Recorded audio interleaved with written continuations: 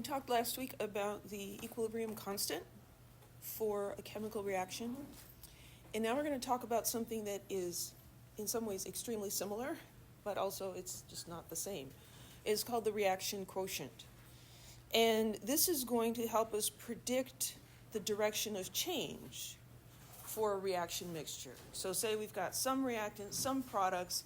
Is this reaction going to go towards the products or is it going to go towards the reactants? And the reactant quotient helps us to predict this. The reactant quotient is capital Q for quotient instead of constant. And we can have QC or QP for if we're looking at partial pressures or concentrations.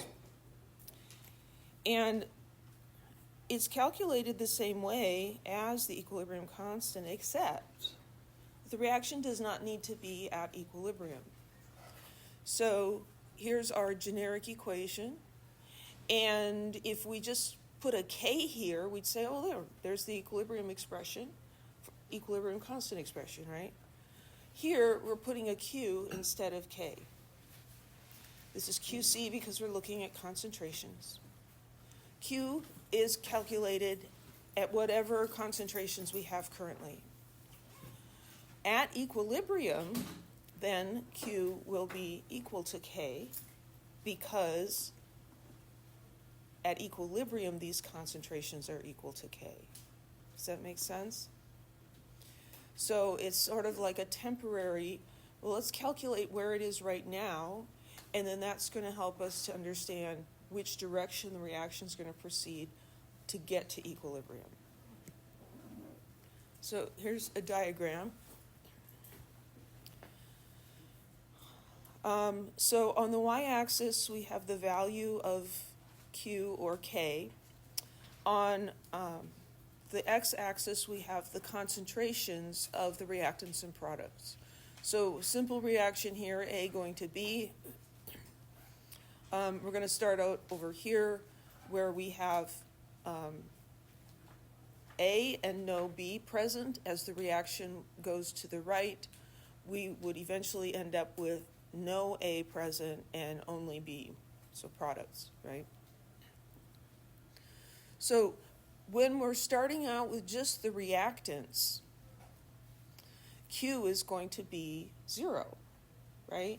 Because the concentration of the products is 0. So let's write that. So Q is going to equal the concentration of B divided by the concentration of A. So at the beginning of the reaction, when we only have reactant, Q is going to have a value of 0. This red line represents the value of the equilibrium constant, which is 1.45. And that's determined by having a reaction that is at equilibrium and measuring the concentrations, and then you can calculate what the equilibrium constant is. And that doesn't change. The equilibrium constant is constant. It doesn't matter where the reaction is, that's the equilibrium constant. That tells us what the reaction is moving towards. As the reaction proceeds in the forward direction, I guess it's right up there. Isn't that a funny Q? It's a very funny font. As the reaction continues forward and we make some product and we destroy some reactant, now Q is going to get larger, right? Because as the reaction proceeds to the right, B is increasing and A is decreasing. So Q is getting larger. And so it gets larger and larger. And here we have this picture. Now we have some of each of these things, an equal amount actually for Q equals 1. And then it keeps going. And when we get to this point, Q is equal to K. And that is the equilibrium position for this chemical reaction. So if we start out with only A and no B, the reaction will proceed in the forward direction until it gets here, and then it's going to stop. That's equilibrium. If we start on the other side with a bunch of product and no reactant or a little bit of reactant, then Q is going to be a larger number because we've got lots of product and very little reactant. and the reaction will proceed to the left. It'll go to make more reactants, and it will continue to do so until Q is equal to K. And then we're at equilibrium, and it's not going to change anymore. Is that making sense on some level? So we can look at the value of K at any given point, and we can know, well, is this reaction going forward towards equilibrium? If Q is smaller than K, it will be going forward. When Q is larger than K, we know that the reverse reaction is going to predominate, and it's going to continue that way until it gets to equilibrium. Any questions? This is another situation where, you can memorize, well, if Q is greater than K, it goes to the left. If Q is less than K, it goes to the right. That kind of thing doesn't work very well for me.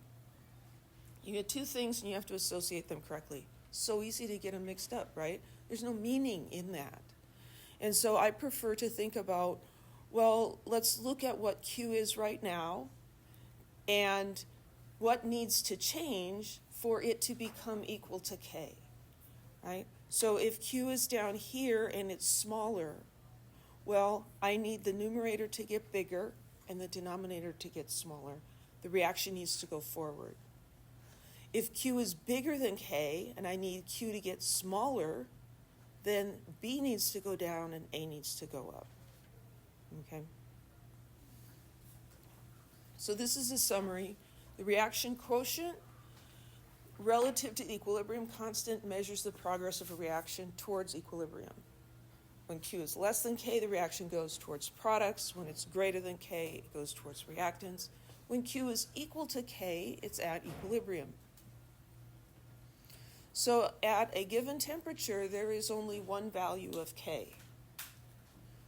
But there could be many different values of Q. It just depends on the relative concentrations of your reactants and products.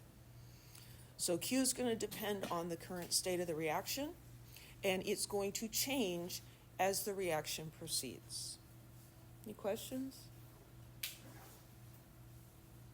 So Q is like K, but it's not exactly K. It's like K is what it's trying to get to, and Q is where we are right now. Okay, let's look at this. Consider the reaction and its equilibrium constant. A mixture contains NO2 equal to 0.0255 molar and N2O4 equal 0.0331 molar. Calculate QC and determine the direction in which the reaction will proceed. So calculate QC. Well, that one's, relatively straightforward. To calculate QC, we use the same expression as for K. The difference is we're using current concentrations instead of equilibrium concentrations. So the products to the exponent of their coefficient, so NO2 squared divided by N2O4. Okay. So that's the expression. And then we can plug in the current values. So NO2 is 0.0255 and N2O4 is 0.0331, and that numerator needs to be squared. Almost forgot that. And then we get out the calculator and do the math.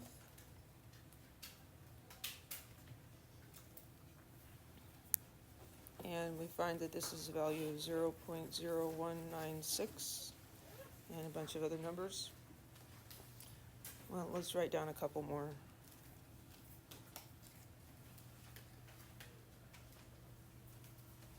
My rule of thumb is let's look at how many sig figs we have in the data that we're given. Here, there's not really any question. We're just multiplying and dividing. So this answer should have 3 sig figs. And then always write down 2 extras, just 2. If you want to write all the rest of them down, that's fine. But just write down two extra ones. And so then we'll round it 0.0196, and that's our answer for QC. So any questions about how I got that?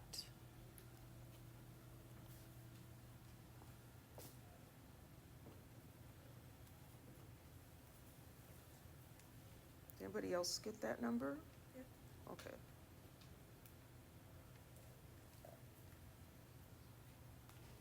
Okay, so that's the first thing we're supposed to do, calculate QC, to determine the direction in which the reaction will proceed.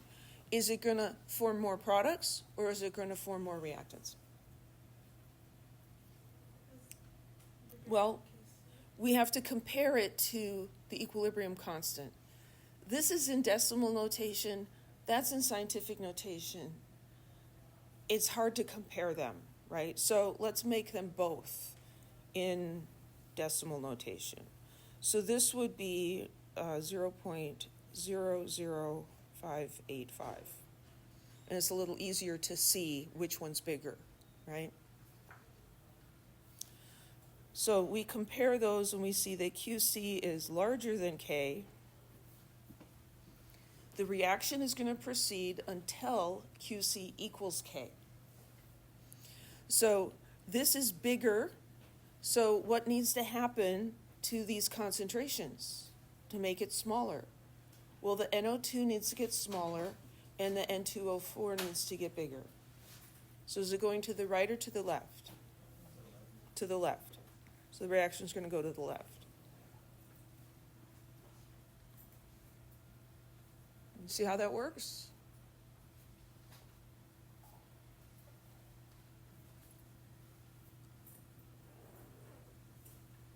Conceptual question. For the reaction N2O4 goes to 2NO2, reaction mixture at a certain temperature initially contains both N2O4 and NO2 in their standard states. Remember that from Chem 1A? So in their standard states, here we're talking about pressures. So the partial pressure of each of them is 1 atmosphere. And if you want to review that, that's back in chapter 7. So the equilibrium constant in terms of pressure equals 0.15. So which statement is true of this reaction mixture before anything happens? Does Q equal K? Is Q less than K? Or is Q greater than K? Well, if you don't write it down, we need to at least, think this. Oops, didn't mean to do that. Just gave away the answer. It's okay. QP is going to equal the partial pressure of the product squared divided by the partial pressure of the reactant. We're given those values, 1 atmosphere each, and so 1 squared divided by 1 is 1, right? And so our QP is 1 currently. The equilibrium constant is 0.15. Is this greater or smaller than 0.15? It's greater, right? So the answer will be Q is greater than K, and so the reaction will proceed to the left. As this reaction proceeds, the pressure of NO2 is going to go down, and the pressure of N24 is going to go up.